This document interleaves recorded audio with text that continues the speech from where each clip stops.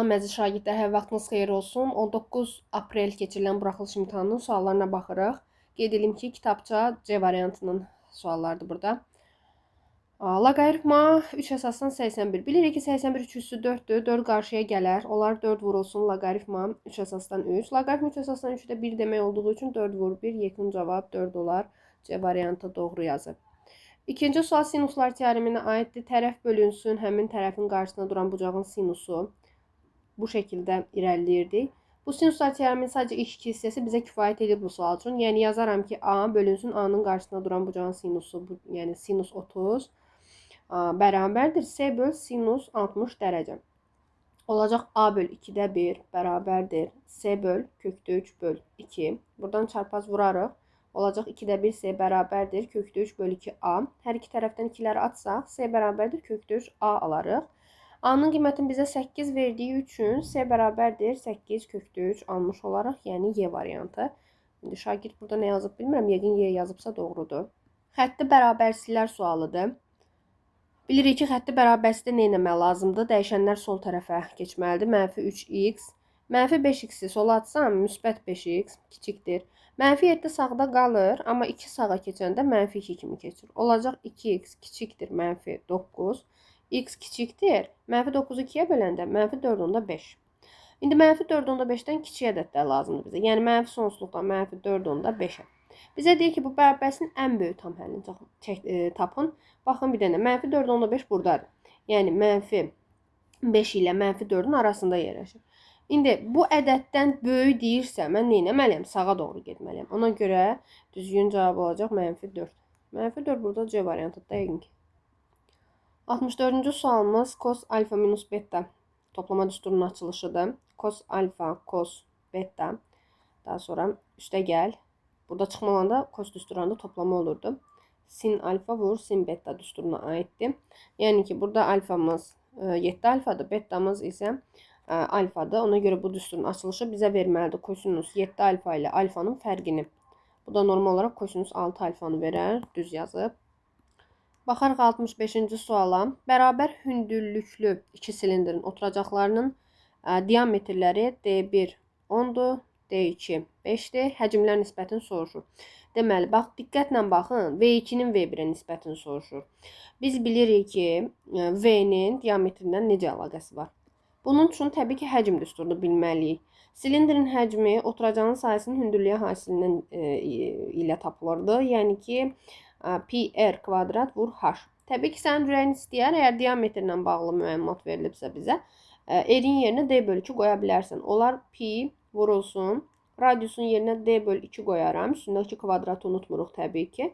O zaman həcm düsturu nə hala gələr? Pi vur d kvadrat bölü 4 h. Yəni, bu vahməli bir şeydir. Zaten radiusla diametrin asılılığı bir-biri ilə düz mütənasib olduğu üçün elə diametrlə işləmək demək, radiusla işləmək deməkdir. Buradan qənaətə gəlirəm ki, həcm diametrin kvadratı ilə düz mütənasibdir. Ona görə məndən V2 böl V1-i soruşanda mən əslində D2 böl D1-in kvadratını tapmalıyam. Təkrar eləyirəm. Həcm diametrin kvadratı ilə düz mütənasibdir ona görə.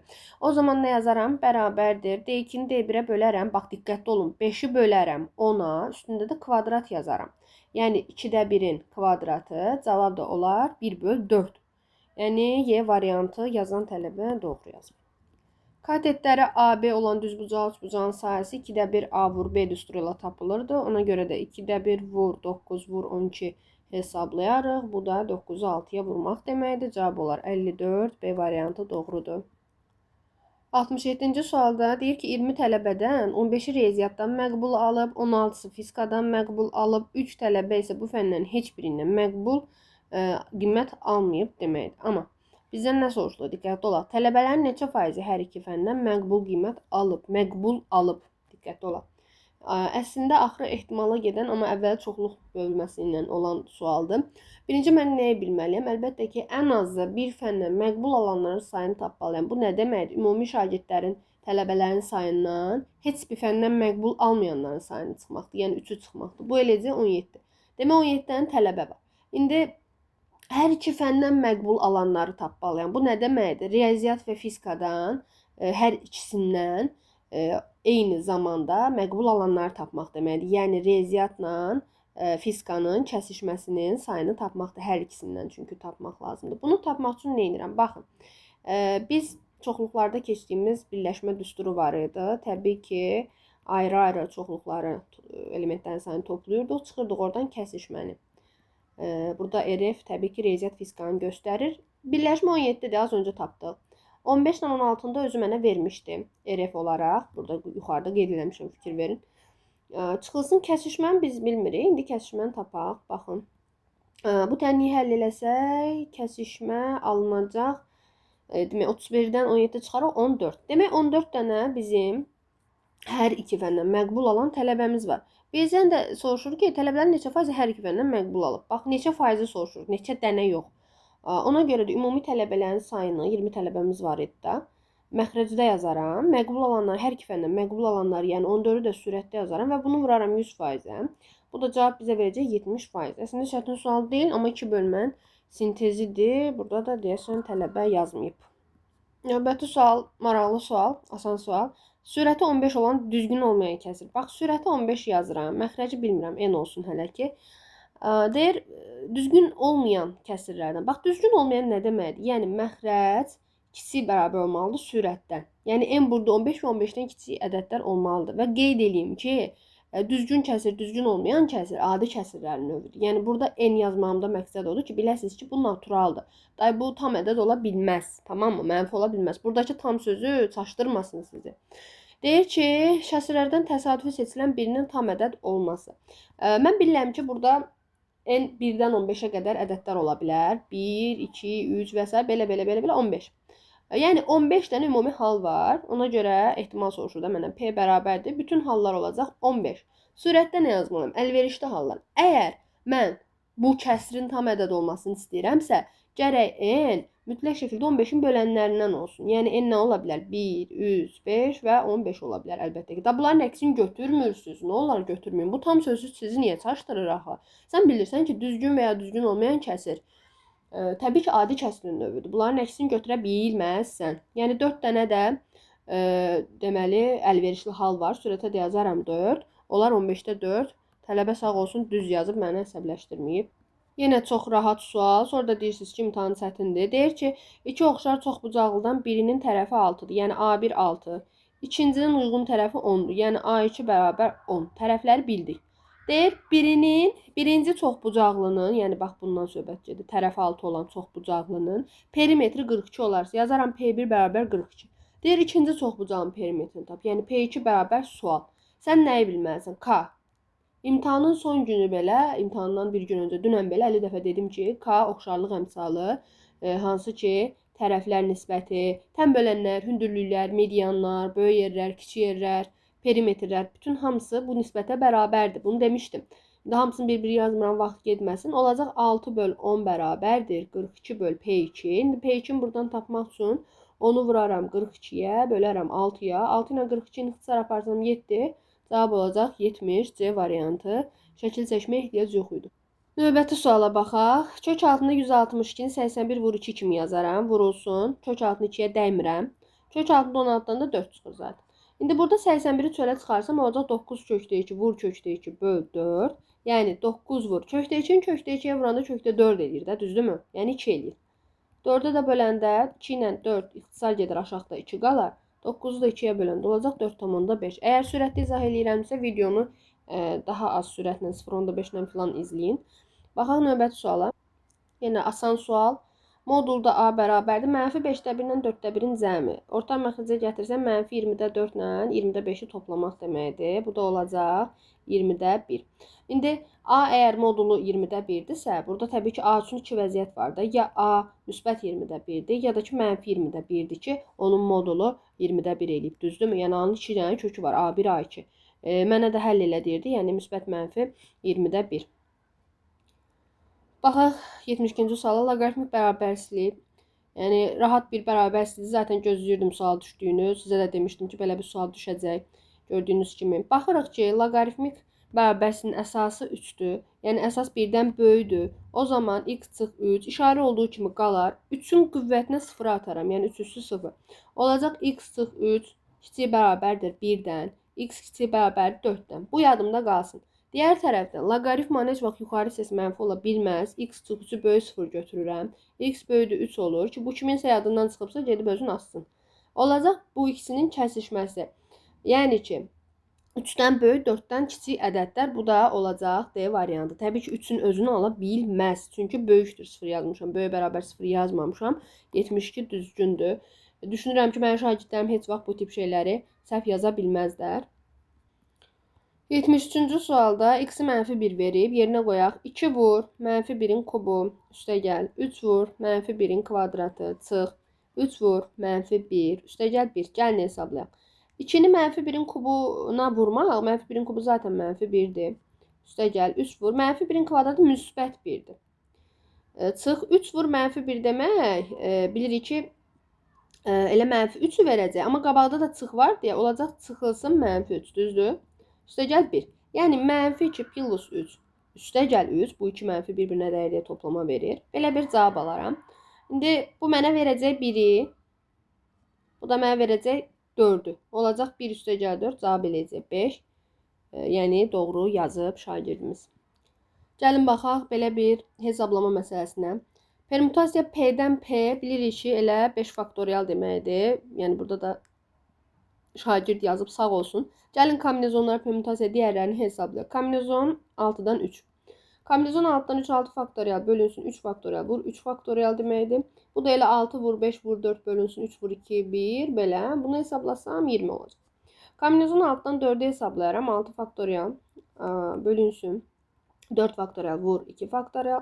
O da 6 vur 5 bölü 2 deməkdir. 15. Daha sonra beləliklə bu mötərəzənin cəmi nə olacaq onda? 20 ilə 15-in cəmi düzdür. Yazıram 20 üstəgəl 15. Burada da 5 faktorial 120 eləyir də onda qiyməti. Aşağı baxaq. Permutasiya 7-dən 3-ə baxaq. Permutasiya da aranjman kimi hesablanır. Yəni ki, permutasiya 7-dən 3 demək elə 7-dən 3 dənə ədədi geriyə sayıb vurmaq deməkdir. Yəni 210 eləyəcək. Başqa sözlə permutasiyanın öz qaydasına görə hesablamaq olardı. İndi nəsə alınanları yerinə qoyaq. 120 vurulsun 20 ilə 15-in cəmi bölünsün 210. Baxaq 120 vurulsun 35 bölünsün 210. Belə bir ifadə alalım. İndi görək kimləri ixtisar. 35 nə? Yəni 210-u 35-ə ixtisarləsəm zaten burada aşağıda 6 qalacaq. Olacaq 120 bölünsün 6. Cavab olacaq 20. Görək şagird nə yazıb? Şagird 20 yazıb. Burada 20 dairəliyib. Yaxınca 20-dir cavab. Əgər 20 yazıbsa doğrudur. Bunu da dairəyə alaq. Növbəti sual. Biz bilirik ki, sinus alfa ilə kosinus beta onda bir-birinə bərabər olur ki, alfa ilə beta cəmi əgər 90 olarsa. İndi burada sinus 15 dərəcə gördüm. Məsələn, sinus 15 dərəcə, kosinus 75 dərəcə deməkdir. Çünki bunların 15 ilə 75-in cəmi 90 edir. Digər tərəfdən məsələn sinus 35 iştirak edib. Sinus 35 90-dan 35 çıxanda 55 eləyir deyə kosinus 55-ə bərabərdir.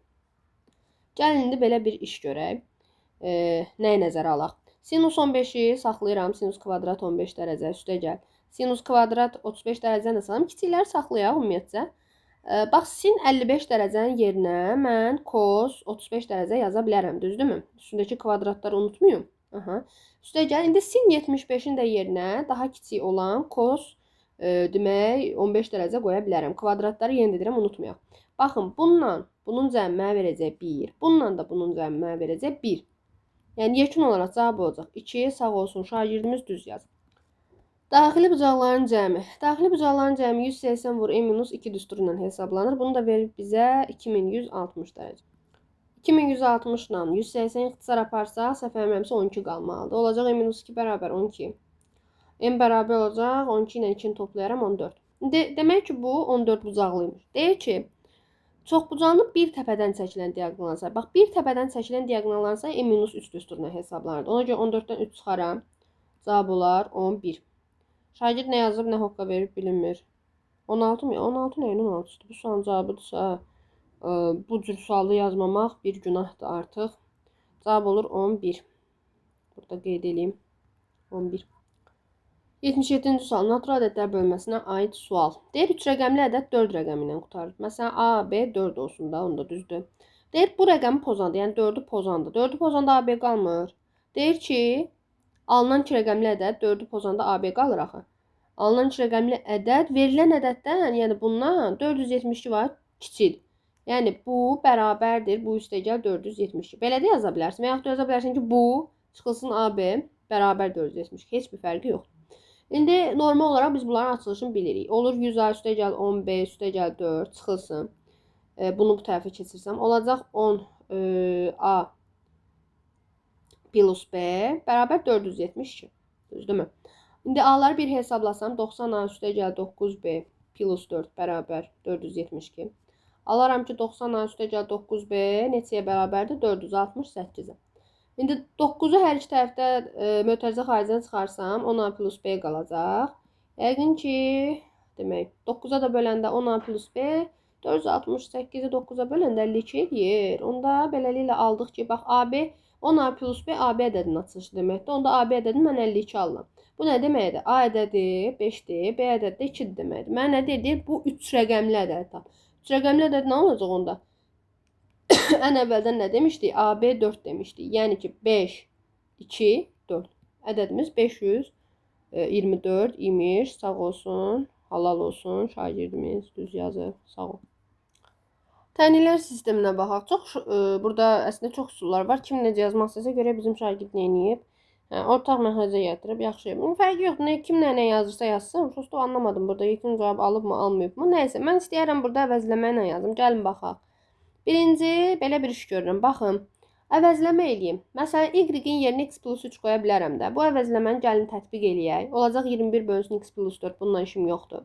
Digərində əvəzləmən y-in yerinə x plus 3 qoysam, yekun olaraq x plus 4 yaranacaq. Düzdürmü? İndi məxrəclər eyni oldu axı. Yəni, bunun uzaq görənliyini sadəcə hiss eləmək lazım idi. Mən belə daha asan olduğunu hiss eləmişdim. İndi sürətlər toplanacaq. Verəcək mənə sürətdə 34. Çox rahat şəkildə x plus 4-ü tapmaq üçün nə etməliyəm? 34-ü 2-yə bölməliyəm. Eləcə 17. Onda x də alınacaq 13. İndi x 13-dürsə, y əvəzləməsindən yerinə qoyaram. 13 plus 3, yəni 16 taparam y-i. Nə istəyir? X, y cəmini istəyir. 13 ilə 16-nın cəmi eləyəcək 29. Sualın cavabı 29-dur. Və mən təəssüf ki, görə bilmirəm burada düzgün cavab. Heç nə. Can sağlıq. 79-cu məsələyə baxaq. Biraz gözünüzə çətin görünə bilər, sırf cədvəl var deyə. Amma eyni məsələ sözlə verilsə, əminəm ki, mənim yaza bilməyəcək şagirdim olmazdı. Çünki bunun nə qədər ağır versiyalarını işləmişik. Gəlin baxaq.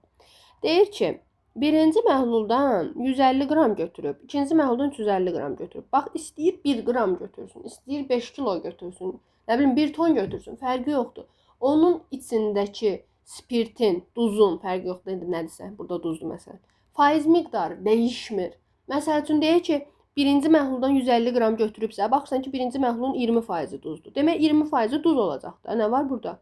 Onun üçün 150-ni taparam, 20%-ni, yəni vuraram 20-yə bölərəm 100-ə. Bu eləcək 30 qram duz. Bax, yanına da yazıram, 30 qram duz. Birinci məhluldan əldə elədiyim duzdur bu. İndi keçirəm ikinciyə. Deyir, ikinci məhluldan 350 qram götürüb. 350 qramın duz yerisi boşdur. Yəni ikinci məhlulda duzun faizini verməyib, oturub ağlamaq lazım deyil. Su əgər 90-dırsa, duz da 10%-dir də. Nə var ki burada? Yəni 350 qramdan 10% duzdur. Vuraram ona, bölərəm 100-ə. Eləyəcək 35 qram, düzdürmü? Demək, buradan da 35 qram duz götürüldü. İndi cəmi toplayanda 65 qram duz eləyir, düzdürmü? İndi mənə deyir ki, qarışdırılanda 3-cü məhlul alınır. Bunların ikisini qarışdırıblar, alınıb 3-cü məhlul. 3-cü məhlulda da görürəm ki, duz P faizdir, suda Q faizdir. Mənə deyir P-Q fərqini tap.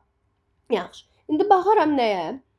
Mən ümumi məhlulum nə qədərdir? Faiz tapmaq üçün, oradakı P-ni, duzun faizini tapmaq üçün nə edərəm? Təbii ki, ümumi məhlulun miqdarını məxrəcdə yazaram, duzu sürətdə yazaram və bunu vuraram 100%-ə. Bu mənə verəcək P-ni. Hətta yazıram qabağından P bərabər. İndi onda belə yazaram da, baxın. P bərabər. Duzum nə qədərdir? Dedim 65-dir də cəmi. Ümumi məhlulum nə qədərdir? 150 birindən götürmüşdüm, 350 birindən götürmüşdüm də. Bunu vuraram 100%-ə. Yəni olacaq 5 bərabərdir. 500-də 65 vur 100%. 500-dən 100-ü ixtisar eləyərəm. 65-i 5-ə böləndə də alınacaq P bərabərdir 13%. P 13%-dirsə yanına yazıram P bərabər 13%. Onda Q-nü tapmağa nə var? 100-dən 13 çıxaram, olar 87%. Məndən də soruşurdu P-Q, yox, QP fərqini, QP fərqi, aha. Yəni 87-dən çıxaram 13-ü, cavab olar 74. Çətin bir şey yoxdur. Olar 74. Burada bomboş qoyulub deyəsən, yazılmayıb. Gəlin baxaq 80-ə. Hündürlüyü 2 olan h bərabər 2. Düzbucaqlı paralelipipedin həcmi filan qədərdir. V bərabərdir. Yazıram 2a kubu çıx 128. Deyir bu paralelipipedin oturacağının eni. Yazıram n bərabərdir a çıx 4. Tam səthinin sahəsini deyir tap. İndi yaxşı. Nə edərəm? Əlimdə həcmlə hündürlüyü var. Mən orada həcmin bilirəm ki, düstura s oturacaq vur h idi. Yazıram həcm bərabərdir s oturacaq vur h. Buradan s oturacağı tapa bilərəm. Hansı ki həcmi bölməliyəm hündürlüyə. Bu da mənə verəcək 2a kubu çıx 128-i 2-yə bölmək. Onda s oturacağı nə alaram? 2-ni bir dənə ixtisar eləyə buradan. Olacaq a kubu çıx 64. Deyir oturacağın eni budur. Bax, eni veribsə, mən oturacağın uzunluğunu tapa bilərəmmi? Taparam. Çünki düzbucaqlı paralelipipeddir də. Bu yazığın oturacağı düzbucaqlıdır. Düzbucaqlı figurudur. Bax, şəkil çəkirəm. Eni a-4-dürsə, uzunluğu da bilmirəm nədir. Gəl bir dənə el deyək uzunluğuna məsəl üçün. S oturacaq nəyə bərabərdir normalda? Elin, yəni uzunluğun enə hasilinə. Düzdür. Bu əgər a kubu çıx 64-dürsə, mən onda eli oradan tapa bilərəm də. Eli tapmaq üçün nə etməliyəm? A kubu çıx 64-ü bölməliyəm a çıx 4-ə. Bu da ki, hər halda bizə kömək olacaq müxtəsər vasitəsilə. Sürəti bir dənə vuruqlara ayıraq. A-4, a kvadrat plus 4a plus 16. Məxrəcdə də var yenə a-4. Bu a-4-lər ixtisar gedər. El bərabər alınacaq a kvadrat plus 4a plus 16. Məndən nəyə soruşurdu? Hələ misal qurtarmayıb. Deyir, tam səthinin sahəsi, tam. Bax, tam səthinin sahəsini hesablamaq üçün mən həm yanları, həm oturacaqların, həm də ki, qarşı-qarşıya duran digər üzlərin hamısını nə etməliyəm? Hesablamalıyım, toplamalıyım. Fikir verin, sizin üçün şəkil çəkdim ki, tam aydın olsun. Bilirəm ki, S tam nə deməkdir? 2 dənə S oturacağın üstünə yanları gəlmək. Yəni 2 dənə oturacaq nəyə nəzərdə tuturam? Bununla, onunla üz-üzə olan altdakını nəzərdə tuturam. Bir saniyə. Digər tərəfdən, bax, bu üzlə üz-üzə olan 2 dənə var. Ona görə olacaq belə. A-la elin hasili. A yazmayım, mən sizə çaşdırmış olacağım. Burada nə yazaq? A çıx 4 yazaq da. A çıx 4 yazaq. Şəklin üstünə də sığmır. Gəlin qıraqdan göstərim. Bax, A çıx 4-də eni. Eni budur, uzunluğu eldir. Bu da hündürlüyüdür. Hamısını artıq mən bilirəm də. Onda yazacağım ki, hündürlüyü bu arada 2-dir. Yazaram ki, oturacağın sahəsi. Yəni 2 vurulsun 2 dənə. Ellə A minus 4-ün hasili.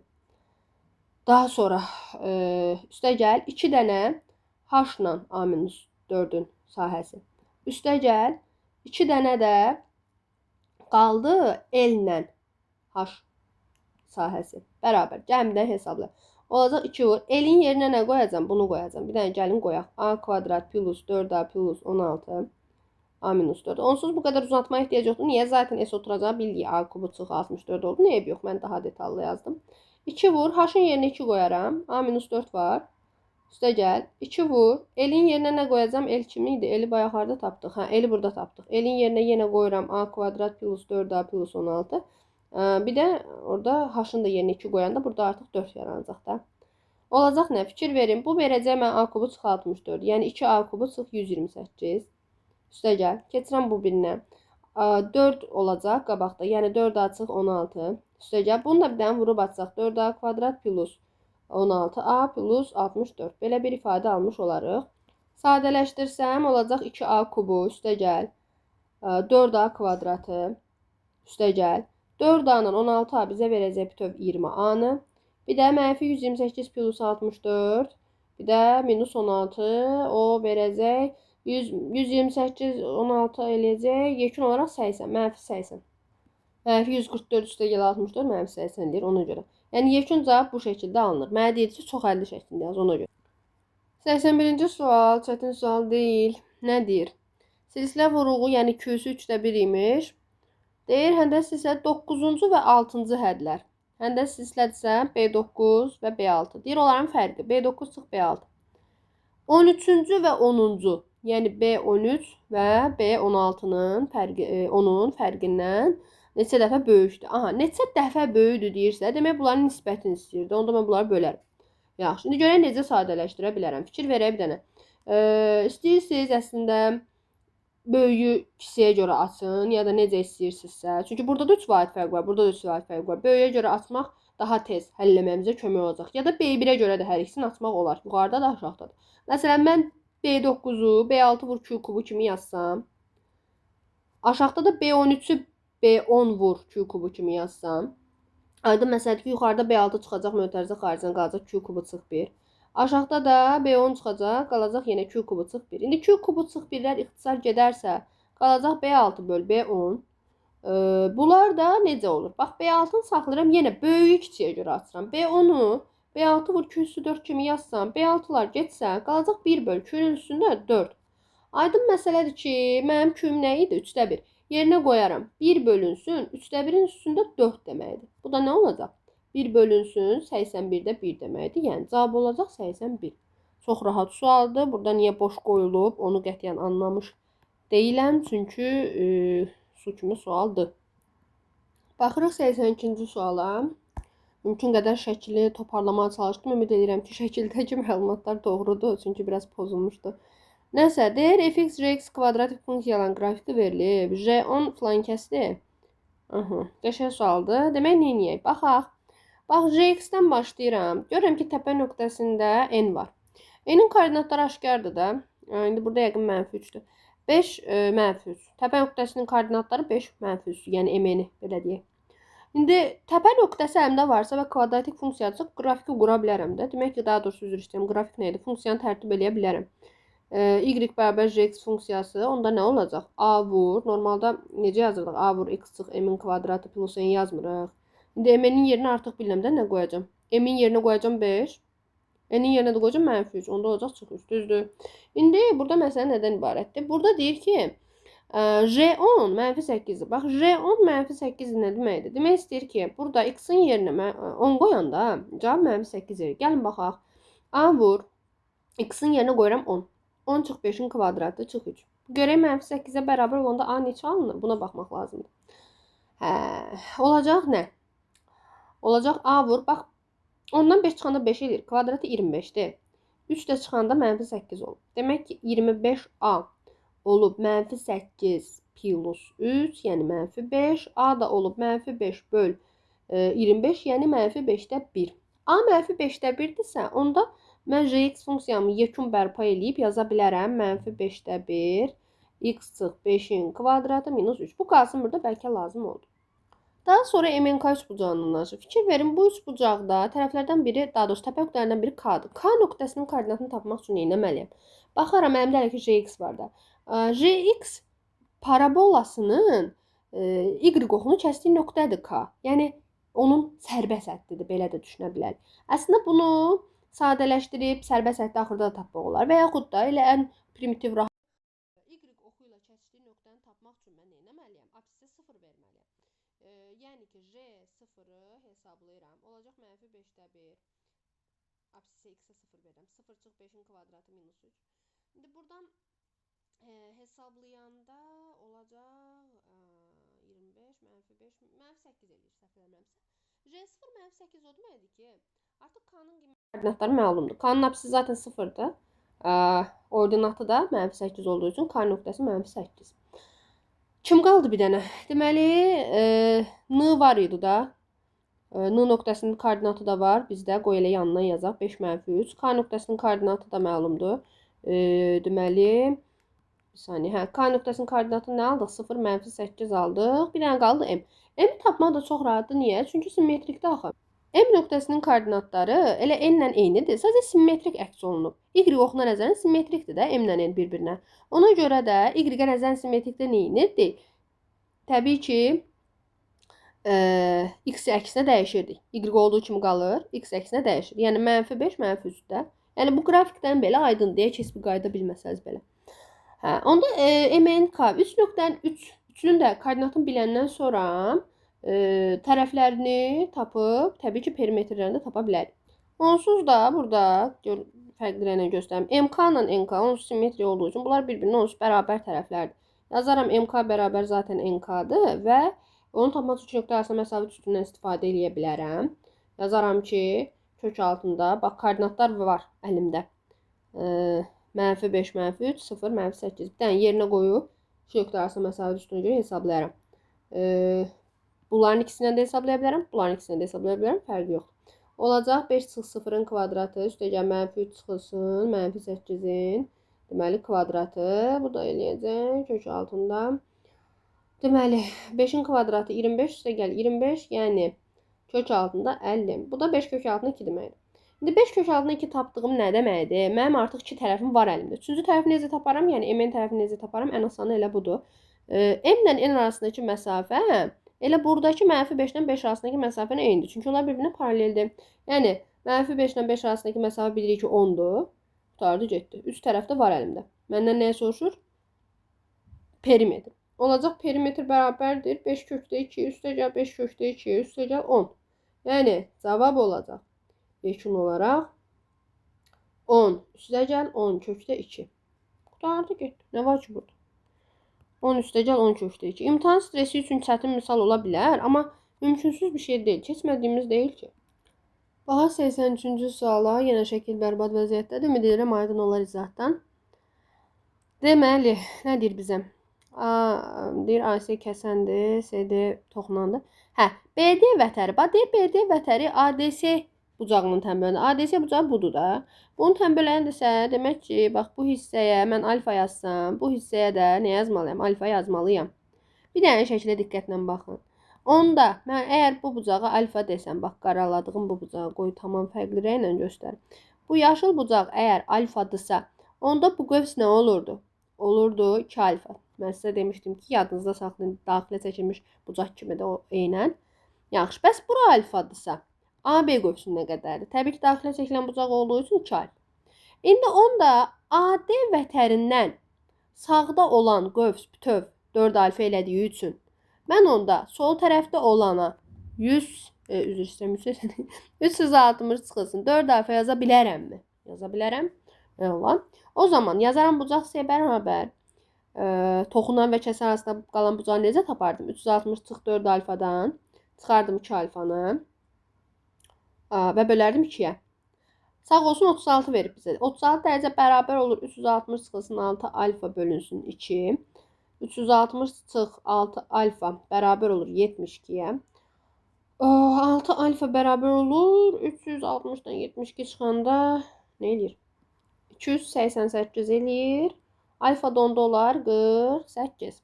Mənə deyib bucaq CAD-ni tap. Bucaq CAD bərabər. Bucaq CAD kimdir? Bax burada sual işarəsi qoyduğum yer.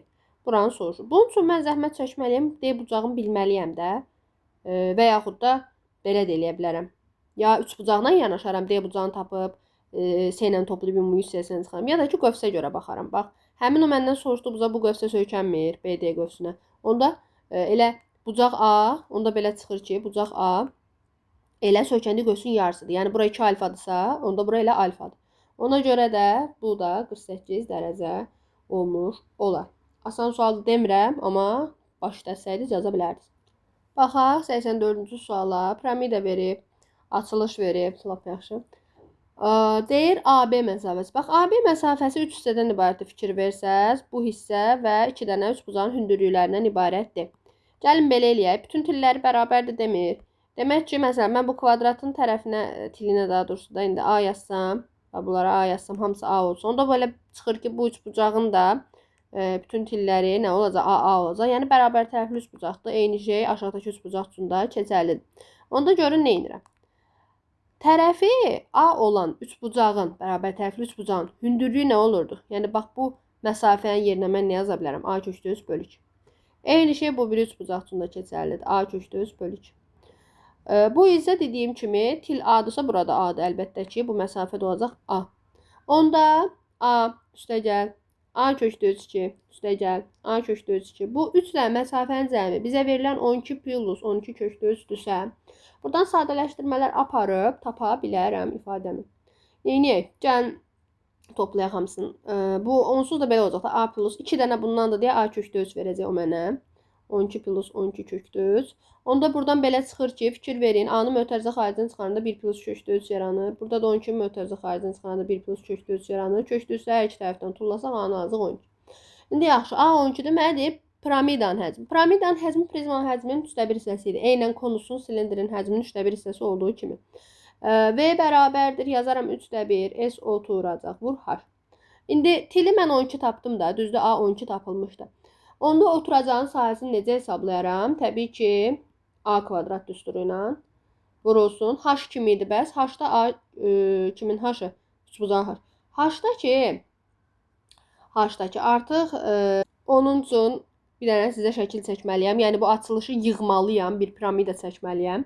Baxın, bu hündürlüyü, yaşıl hündürlüyü tapmaq istəsəm, əlbəttə ki, 2 üsul var. Ya bura bir düzbucaq, üçbucaq Pifaqor tətbiq eləməliyəm tillə, ya da ki, bura tətbiq eləməliyəm. Bilmirəm sizin üçün nə dərəcədə hansı daha aydın olacaq. Fərqi yoxdur əslində. Gəlin bir də təkrar anlamaya çalışın. Baxın, tərəfə çəkirəm. Bir də bunu birləşdirirəm. Bu çəkdiyim qırmızı xətt uzun olan. Bu ayda məsəl ki, üçbucaq hündürlüyüdür. Yəni A kökdə 3 bölü 2-dir. Bu aşağıdakı isə A-dır. Üzr istəyirəm. A-nın yarısıdır. Çünki bütöv bu tilə bərabərdir, A-ya bərabərdir. Mən isə onun yarısını tətbiq elədiyim üçün burada yaranan düzbucaq, üçbucaq belə alınmış olar. Onda yaşıl H-ı tapmaq üçün H kvadrat bərabərdir. Pifaqor tətbiq eləyərəm. A köklü 3 bölü 2-nin kvadratından çıxaram. A bölü 2-nin kvadratını. Gəlin bir dənə alaq görək bu nəyə bərabərdir? H kvadrat bərabərdir. A kvadrat vur 3 bölü 4. Deməli, çıxılsın A kvadrat bölü 4. Ümid eləyirəm, mexaniki səhv eləməliyik. Olacaq 2 dənə A kvadrat bölü 4. Yəni A kvadrat bölü 2. H-ın kvadratı buna bərabərdirsə, H özü nəyə bərabər olur? A bölü kökdə 2-yə. İndi onda belə bir iş görərəm. H-ım da zaten bəlli idi. Haradaydı H-ım? H-ım buydu da, düzdürmü? Üzr istəyirəm, çarpdım. H-ımın yerinə A bölü 2 qoyuram. Gəlin yazaq düsturun özünü qarışdırdım, harada yazdığımı. Olacaq A bölü kökdə 2. İndi düstur onda bu formaya düşür də. Baxın, fikir verin. Olacaq A kubu, qoy buradan yazım. A kubu bölünsün 3 kökdə 2. A da var da əlimdə 12-dir. 12-nin kubu bölünsün 3 kökdə 2. Bu da nə deməkdir? 144 vurulsun 12 bölünsün 3 kökdə 2 deməkdir. 3 ilə 12-ni ixtisar apararam. Olacaq 144 vur 4 böl kökdə 2. Allah kömək olsun. Bu da kökdə 2-ni əslində bir rəsəldən azad etmək üçün kökdə 2 buranda vursaq. Olacaq 144 vur 4 vur kökdə 2 bölünsün 2. 2 ilə də 4-ü ixtisar aparsam olacaq 288 kökdə 2. Yəni bu sualın cavabı 288 kökdə 2 olur. Asan sualdır demirəm, amma neynəmək olar? Baxaq növbətiyə. Sonuncu suala baxırıq. Mərkəzləri O nöqtəsində olan iki çevrədən birinin diametri AB-dir. Diğerinin diametri CD-dir. AB-ni, C-ni verib, bir D-ni tap. Bax, bilməlisən burada şəkil çəkib qızımız sağ olsun. Deməli, AB diametri, bir də O mərkəzi nöqtəsi. Sən bilməlisən ki, O mərkəzi nöqtəsi AB parçasının orta nöqtəsidir. Zəhmət çəkirsən, parçanın orta nöqtəsi qaydasından istifadə edirsən.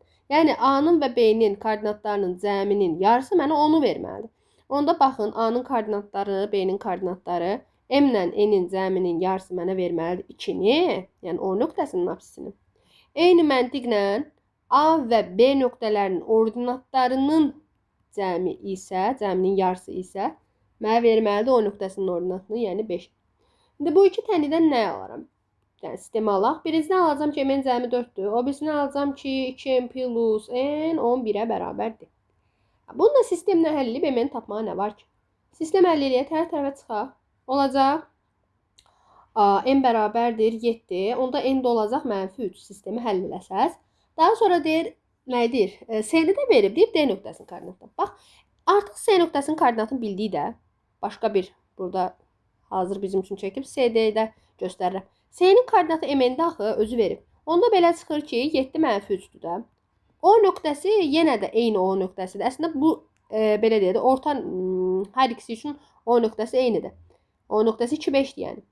İndi yenə də eyni məntiqlə D-yə gəldən x-y verək, o x-y tapaq. Necə eləyərəm? Yazaram ki, yenə də eyni məntiqlə CD-ni toplayıb 2-yə bölüb bərabər eləyərəm. Onun koordinatlarını. Yəni 7 ilə x-in cəminin yarısı eləməlidir 2. Buradan x olacaq -3, səhv eləmirəmsə. Eyni məntiqlə -3 ilə y-in cəminin yarısı da 5 eləməlidir. -3 ilə y-in cəminin yarısı eləməlidir 5. Yəni ki, y-də eləməlidir 13. X-i, y-i tapdıq. Yəni D nöqtəsinin koordinatlarını tapdıq. Cavab olacaq -3 və 13 D nöqtəsinin koordinatları. Bu qədər uşaqlar. Ümid edirəm ki, suallar aydın oldu. Ətraflıları sanki görməzdən gəlib şagirdimiz, sağ olsun. Belə, əgər hər hansısa bir sualınız olarsa, əlavə şərh bölməsinə yazmağı unutmayın. Hələlik.